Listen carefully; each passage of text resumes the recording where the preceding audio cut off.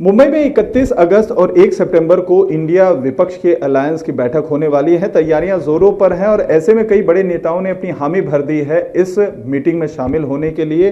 तैयारियों की जहां तक बात है, अखिलेश यादव जो पूर्व मुख्यमंत्री भी हैं और समाजवादी पार्टी के नेता हैं, वो भी इस बैठक में शामिल होने के लिए आने वाले हैं। किस तरीके से उनकी आने की प्लानिंग है, क्या उनकी जो यहाँ पर मीटिंग में लेकर शामिल होने के लेकर एजेंडा है, उस बारे में हमारे साथ बात करने के लिए महाराष्ट्र समाजवादी पार्टी के अध्यक्ष और विधायक अबू आजमी जी हैं। सर, अखिलेश यादव आने वाले हैं, इस मीटिंग में शामिल होने वाले हैं, वो उनकी क्या प्लानिंग है, क्या शेड्यूल रहेगा सर? और ये क्या इस मीटिंग के अलावा जो आप लोगों की महाराष्ट्र में पार्टी है उनके नेताओं के साथ भी कोई मीटिंग होने वाली है अलग से?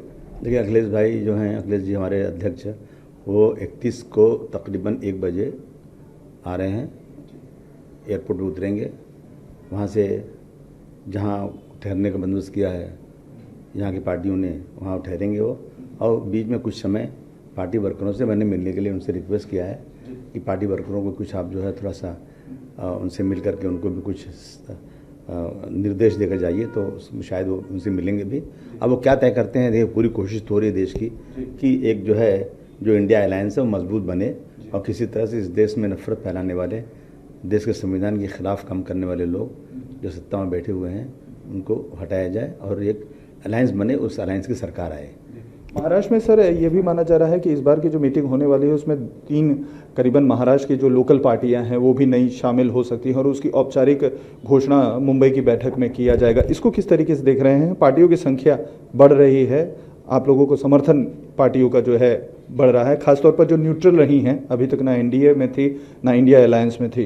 देखिए, ऐसा है कि हमने देखा कि उत्तर प्रदेश में हम 200 से 50 वोट से 300 वोट से यानी 5000 के नीचे से कितनी सारी सीटें हम लोग हारे हैं। तो लोग जो अलग अलग लोग वोट करके खड़े होकर के वोट काट देते हैं।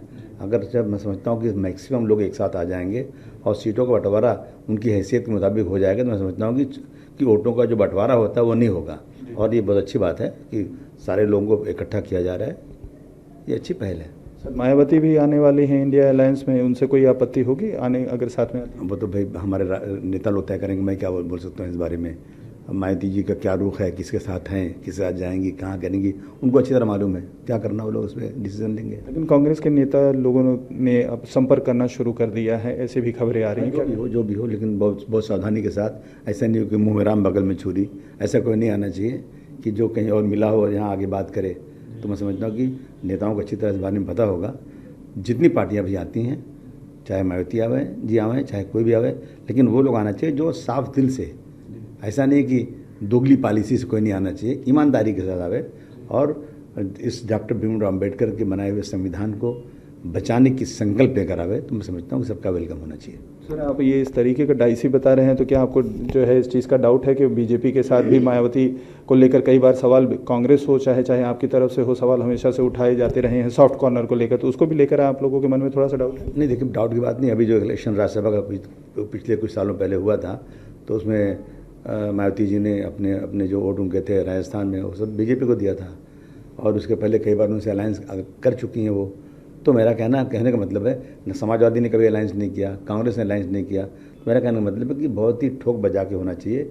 ऐसा नहीं, मैं नहीं किसी को डाउट नहीं कर रहा हूँ, लेकिन हमें बहुत ही होशियारी के साथ, ऐसा नहीं हो कि हमारे साथ रहें लेकिन अंदर अंदर किसी और से कोई मिला रहे, इसका एहतियात मेरे नेता ज़रूर करेंगे। बीआरएस सर जो है उनसे भी संपर्क करने की कोशिश की जा रही है। हालांकि तेलंगाना में कांग्रेस विपक्षी पार्टी के तौर पर रहती है। खड़गे जी ने ये तक बोल दिया था कि कांग्रेस और बीआरएस बीजेपी और बीआरएस दोनों मिले हुए हैं, इस तरीके के भी आरोप लगाए, लेकिन उनको भी मनाने की कोशिश की जा रही है। इसको किस तरीके से देख रहे हैं? संख्या बल बढ़ाने की, जनादेश बढ़ाने की, ताकि जो नंबर थोड़े बहुत कम पड़े वो उसकी दिक्कत ना हो, इस तरीके की कोशिश की? नहीं, मैं तो इसको बहुत ही तारीफ करना चाहता हूँ, स्वागत करता हूँ कि जो लोग अपने साथ नहीं हैं और उनको भी लाने के लिए कोशिश की जा रही। मैं समझता हूँ ये बहुत अच्छी पहल है।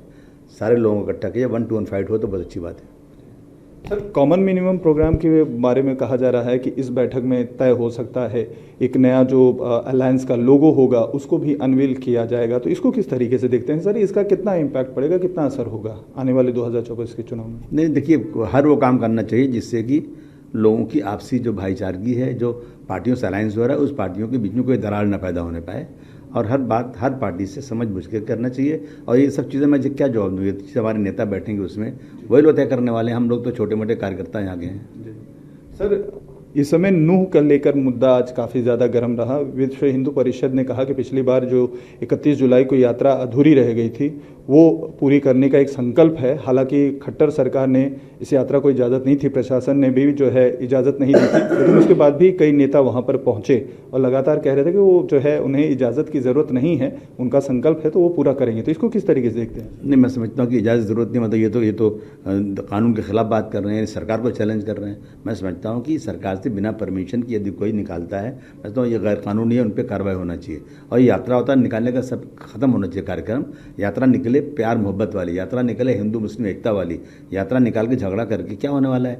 मैं समझता हूँ कि मैं तो सरकार से बार बार कहता हूँ, चाहे किसी धर्म के लोग हों, किसी की यात्रा सड़क का मत निकलने दीजिए। एक मैदान बना लीजिए, उस मैदान में जो बात कर रहा हूँ कीजिए आप, लेकिन सड़क पे आकर के एक तो ट्रैफिक जाम हो जाती है, ऐसी ट्रैफिक बहुत जाम है, चारों तरफ ट्रैफिक बढ़ती जा रही है, गाड़ियाँ बहुत खरीदी जा रही हैं, कोई पेशेंट जा रहा है रास्ते में मर जा रहा है, जाने का रास्ता नहीं, एक किलोमीटर 2-2 घंटे में लोग तय कर रहे हैं। तो मैं समझता हूँ कि इसके लिए सरकार को ये नीति बनानी चाहिए कि किसी भी धर्म के लोगों को यात्रा निकालना है तो एक मैदान ले लो, उसी मैदान में यात्रा निकालो, वहीं पे जो फंक्शन करना करो।